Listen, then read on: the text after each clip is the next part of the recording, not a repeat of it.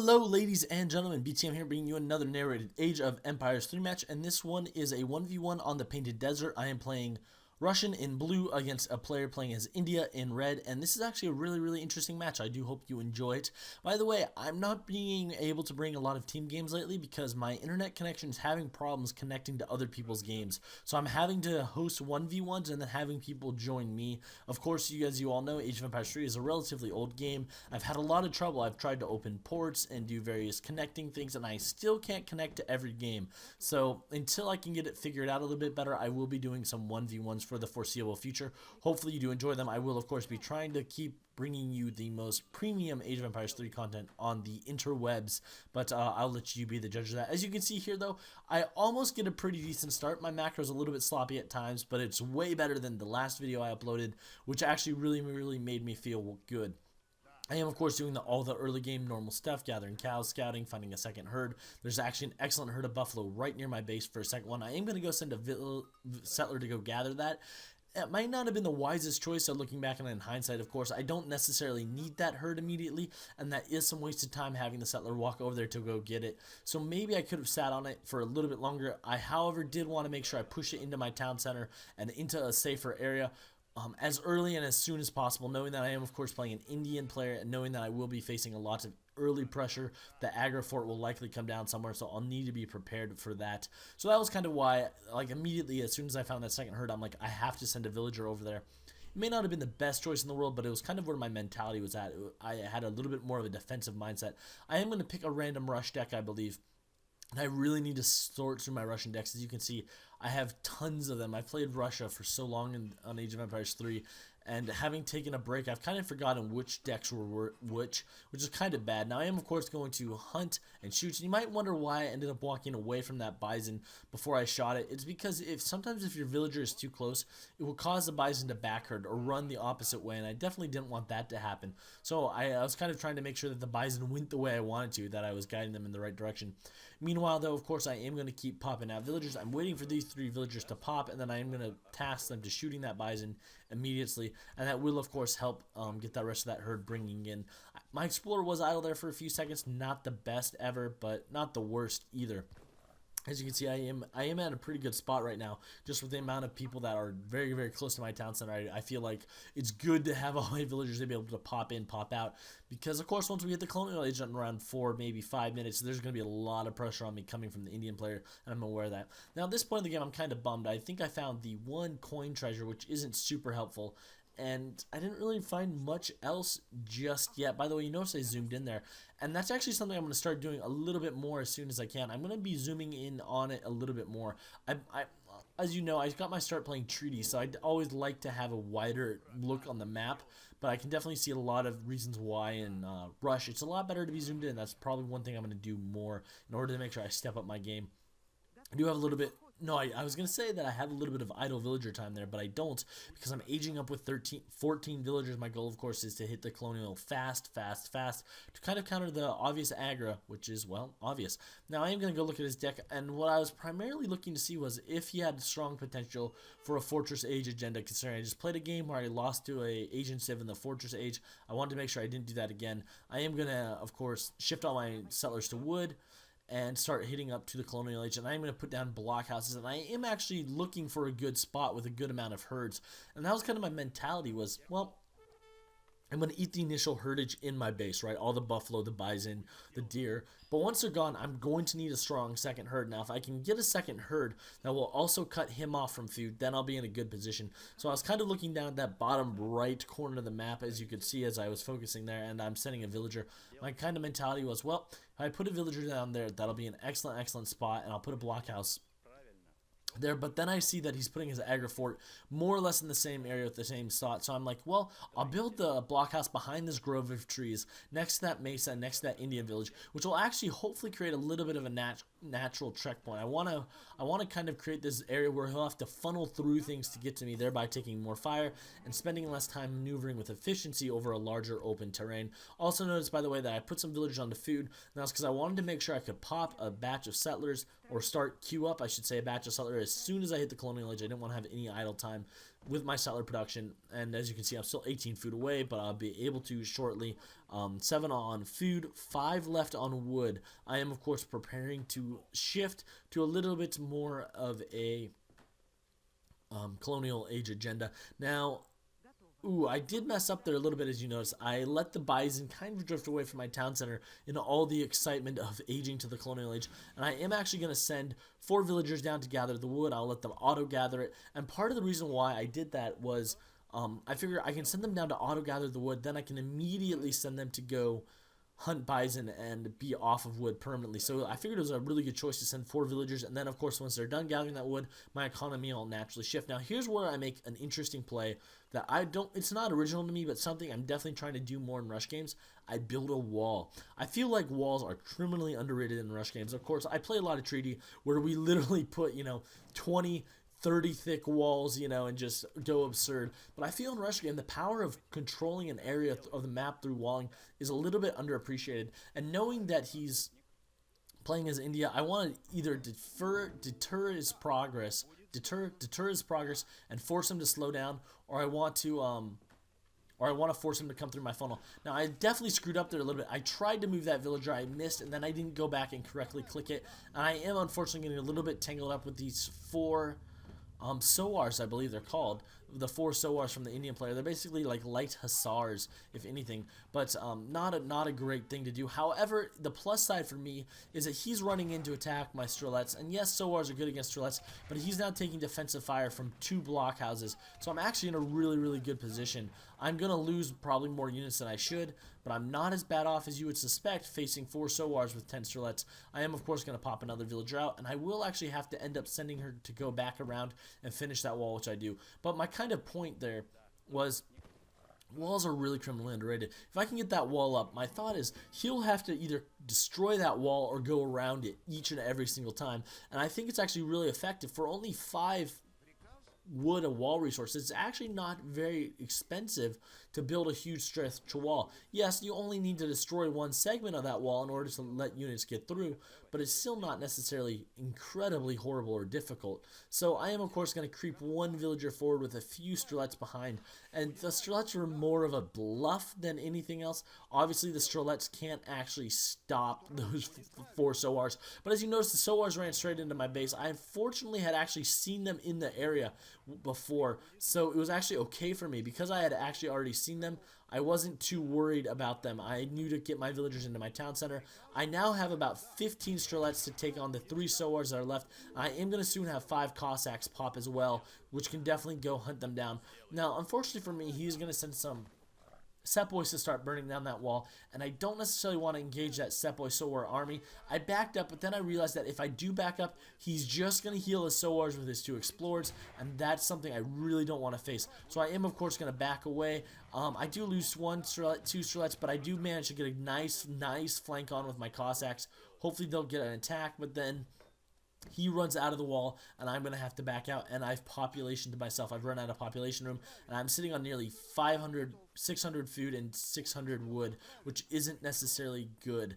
But on the bright side, I've definitely stalled any prospect of a fast push from him, which was kind of my goal. I was more worried about just letting him kind of march in and put pressure on me, so just having stalled him a bit actually made me feel pretty good. Now, the downside is I haven't built market upgrades by this point, and I'm definitely not doing a ton, but I've definitely kind of pushed and kept him from just steamrolling all over me. He's spending time sieging a wall instead of actually getting pressure on me.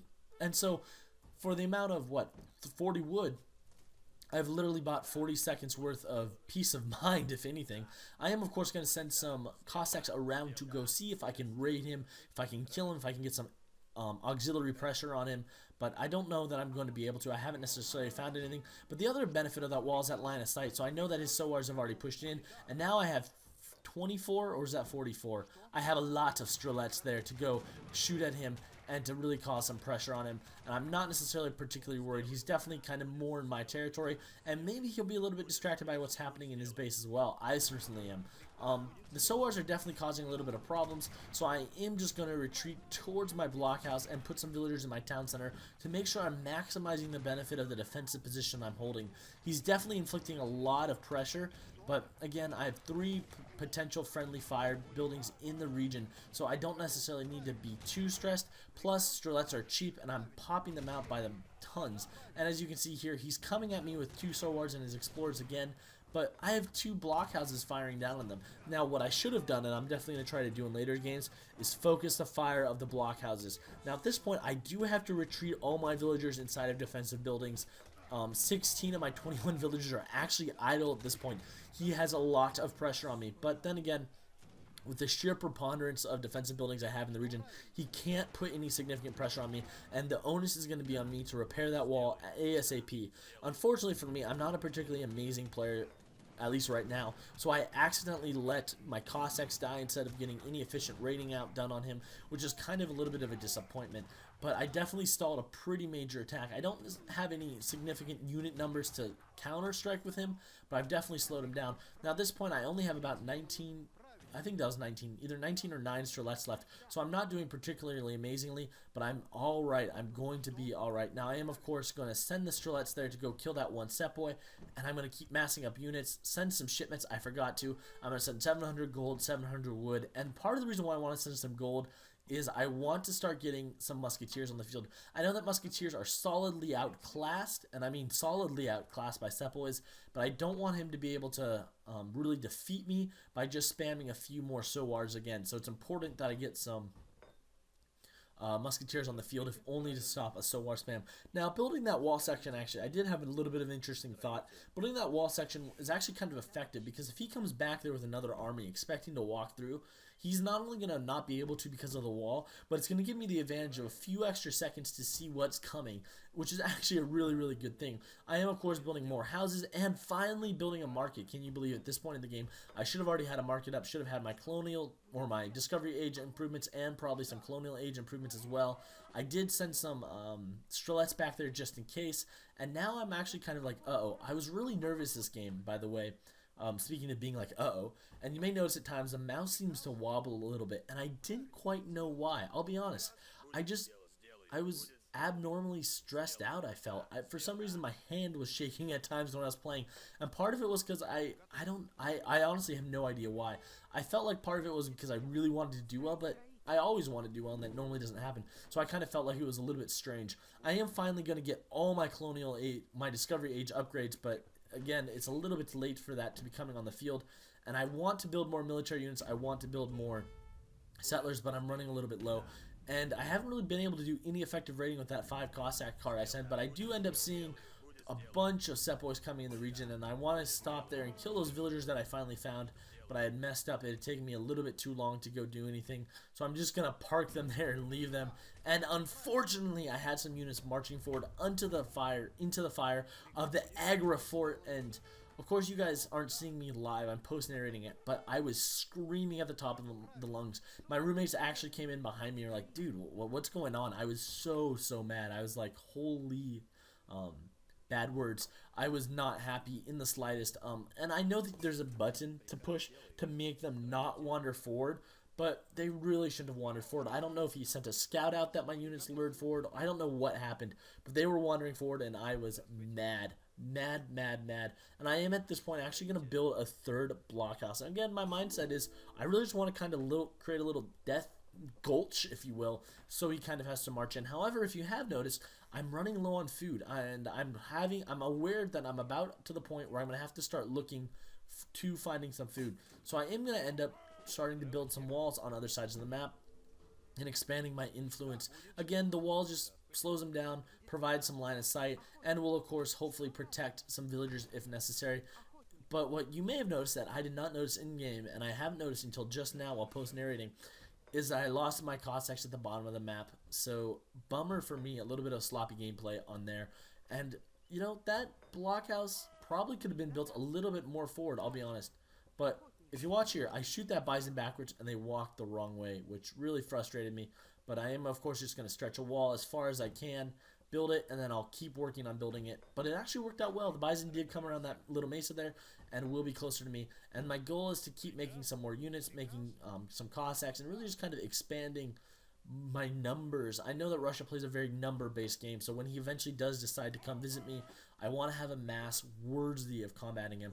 I am going to make 5 more Cossacks and hopefully raid a little bit better with these. I love raiding, even though I haven't necessarily done a brilliant job of it this game. And I am starting to put some settlers on gold. I want to hit to the colonial age. I'm not happy, or the fortress age I should say, I'm not happy lingering in the colonial age for extended periods of time. His military units already tend to be superior to mine. Once he gets some important upgrades on them, I'm going to be in even worse shape. And I, as you notice, do actually march my units back just a little bit. I don't want them to be being stupid, taking any superfluous fire, or being in a overexposed positions. And at this point, this is very much, I felt like a song and dance. Like, he hasn't really come and push, and so I was kind of wondering, like, what is he waiting for? And the only logical thing he could be waiting for, if he hasn't bothered to attack, is probably a fortress age push. That to me was the only logical reason why he wouldn't already be being aggressive. Now I do spy this dead bison there on the ground, and that makes me think that I saw some villagers and I missed it while I was looking at something else. And so I am actually going to park my cavalry there and then go visit other settlers. I don't like leaving my cavalry unpaid attention. Well, maybe I leave my cavalry unpaid attention to a lot, but it's not smart. Now, as you can see, I end up, luckily, because of that wall, I end up spying a bunch of Royal Guard Hussars coming in. I'm going to hotkey my army and send them up. And my hope is that only that one settler dies, but I can catch those Hussars with the bulk of my infantry. Because remember, those Hussars, Gardeners, I should say, are an Ottoman unique consulate improvement, and they're relatively expensive, and they cost a lot for him to make. So my hope was that if I could kill them with my mass units, I'll be in really good shape. And as you can see, there they are, coming to explore. Kill one in one volley from my units, kill the other in one volley from my units, and I'm going to kill the last one in one volley from my units. I don't believe I lost any military units there, which is actually quite well. And I'm going to send some, create some more military units and actually expand my wall influence. Now that I've killed those gardeners, though, I do feel pretty safe to hunt with impunity on that side. And oh my goodness, like an idiot, I have my military just sitting around, and he actually marches some Sepoys right past me, but I end up walking away very luckily. I do spy some villagers, and I'm finally going to get some raiding kills, I believe. 1 villager down. Am I going to get 2? No, I'm going to run away in lieu of the Sepoy coming, or the Sepoys coming, and I have more military units walking to that freaking Agra fort, just drifting forward, and oh my goodness, it was frustrating me big time. Meanwhile, I am going to buy the coin mining upgrade. I desperately want to improve my coin output so I can really get some more pressure going on, and I'm going to kill some more villagers. A second, maybe a third here, but my rating has really been subpar. And I don't even stay around to kill that villager. But on the plus side, I do think my mass is pretty significant. And I decide, you know what, this is it. He's hit the next age. Things are only going to get worse for me. I felt like I was at a point where I could start spamming units pretty comfortably.